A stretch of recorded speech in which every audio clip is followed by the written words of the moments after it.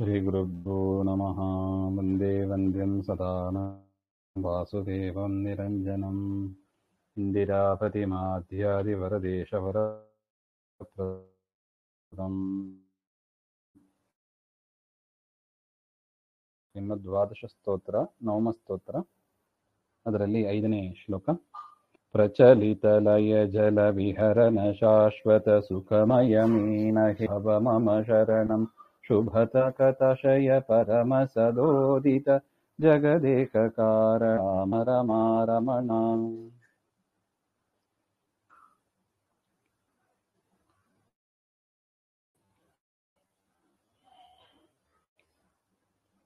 ಅಂದ್ರೆ ಪ್ರಚಲಿತ ಪ್ರಕರ್ಷೇಣ ಚಲಿತಂ ಸಸ್ಮಾತ್ ಪ್ರಚಲಿತ ರಳಯೋರಭಯ ಇತಿವ ಪ್ರಕೃತಂ ಚಲಿತಂ ಯಸ್ಯ ಲಯಜಲ ವಿಹರಣ.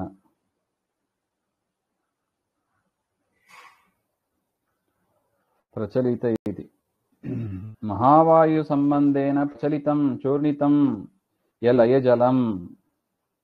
ಮಹಾವಾಯು ಆ ಪ್ರಳಯ ಕಾಲದಲ್ಲಿ ಜಲ ಎಲ್ಲ ಕಡೆ ಜಲ ಆವೃತವಾಗಿರುತ್ತೆ. ಅಂತ ಲಯಕ ಜಲದಲ್ಲಿ ವಿಹಾರ ಮಾಡತಕ್ಕವನೇ ಹಾಗೆ ಅಂತ ಅರ್ಥ. ಪ್ರಚಲಿತ ಲಯ ಜಲ ಅಂತ ಪರಮಾತ್ಮ ಏನಾಗಿದ್ದಾನೆ? ಶಾಶ್ವತ ಅಂದ್ರೆ ಶಾಶ್ವತ್ ಏಕ ಪ್ರಕಾರ, ಯಾವತ್ತೂ ಒಂದೇ ರೀತಿಯಾಗಿ ಇರತಕ್ಕವನಾದ, ಸುಖಮಯ ಆನಂದಮಯನಾದ ಹೇ ಪರಮಾತ್ಮ, ಹೇ ಮೀನ ಅಂದ್ರೆ ಮತ್ಸ್ಯಮೂರ್ತಿಯಾದವನೇ ಅಂತ ಮತ್ಸ್ಯಮೂರ್ತಿಯನ್ನ ಇಲ್ಲಿ ಸ್ತೋತ್ರ ಮಾಡ್ತಾರೆ. ಭವ ಮಮ ಶರಣಂ, ನನಗೆ ರಕ್ಷಕನಾಗು, ಜ್ಞಾನ ಭಕ್ತಿಯಾದಿಗಳನ್ನು ಕೊಟ್ಟು ರಕ್ಷಣು ಅಂತ ಅರ್ಥ.